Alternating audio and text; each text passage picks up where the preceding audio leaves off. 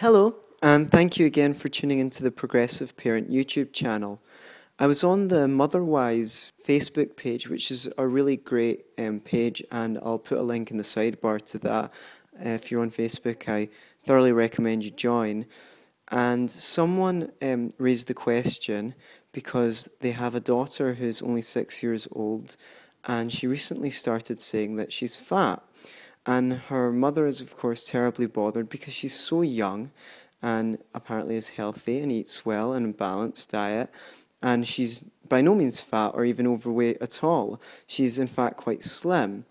And she wasn't sure how to handle it. And all she's been doing so far is saying to her that she's not fat and she doesn't want to drop too much of a star, but of course she also wants to make sure her daughter's okay. And this made me think it might be a good opportunity to do a podcast on helping children of a young age or whatever age with body image issues. Because in most situations, what the parent is going to do is obviously feel really upset and compassionate towards their child, and they will want to help by saying something like, "Oh, that's nonsense, darling, you're beautiful, you're not overweight at all."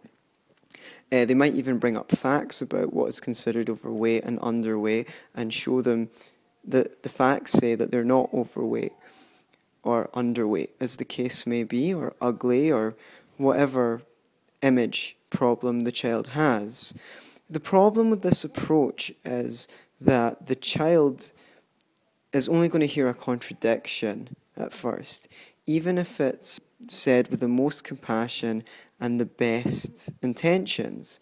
It's important to realize that the conversation isn't really about the truth or falsehood of what your daughter or your son is saying when they have worries about their image or their personality even.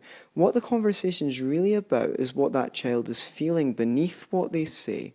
So it's important to see what you can do to move the conversation out of the realms of what's right and wrong into the area of emotions. So instead of trying to convince the daughter that she's wrong, or the son that he's mistaken, the best thing to do is start with empathizing. Don't contradict her or him. Just say something like, "So you're feeling really insecure about your appearance, huh?" Or, "It must be difficult to feel like you're bigger than you'd like to be." These phrases are an open invitation for the child to open up. So you can listen to all their concerns. Don't contradict, just show that you understand by paraphrasing what she says back to her and guessing what emotion she might feel. And if you don't get the correct emotion, they will no doubt correct you. This will help the child feel that they're understood, safe, loved and cared for, and like they can talk about their feelings, no matter what they are, without feeling silly or thinking that you might think the feeling is silly or that they're just wrong. By opening up the conversation, you give them a chance to air their concerns, and after being heard, perhaps they'll calm down and be more receptive to advice or whatever you would like to share with them.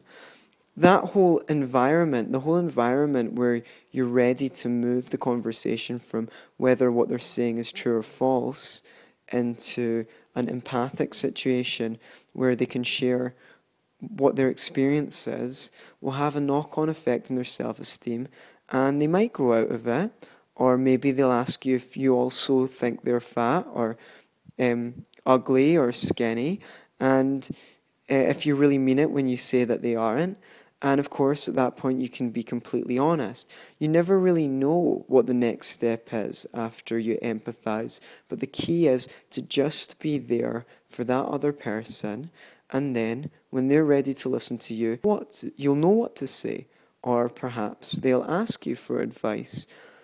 They could be getting those messages from anywhere, from school, from the billboards, and there are other things you can do beyond this conversation in day-to-day life. You can talk about how the media portrays women when you see something, a billboard or a television program. Even sometimes Disney cartoons present women as incomplete in themselves and just waiting for Prince Charming.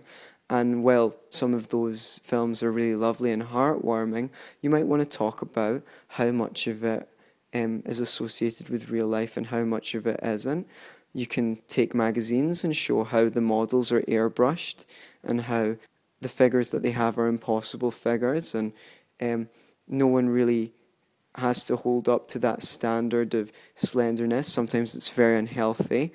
And you can also talk about how the media portrays men when self-esteem comes into it, because too often men are portrayed as sort of buffoonish people who are only interested in beer, sex and football, and that's not really true. And men's role in the family is sometimes not made as important as it should be. Men can be very supportive to their children, not just strict. So all these things could contribute to helping them get accurate representation of what men and women are like in the real world. You can also emphasize the importance of health over appearance, and that there are people who are skinny that aren't healthy, and there's people who have bigger frames that may be healthier. So those are a number of considerations you could take into account. If I've missed anything out, please by all means comment. I hope this podcast proves useful, not only in this situation, but any other situations you might find yourself in where your child needs consoling or counselling. Thank you very much for listening again. We are on Facebook and the links are in the sidebar.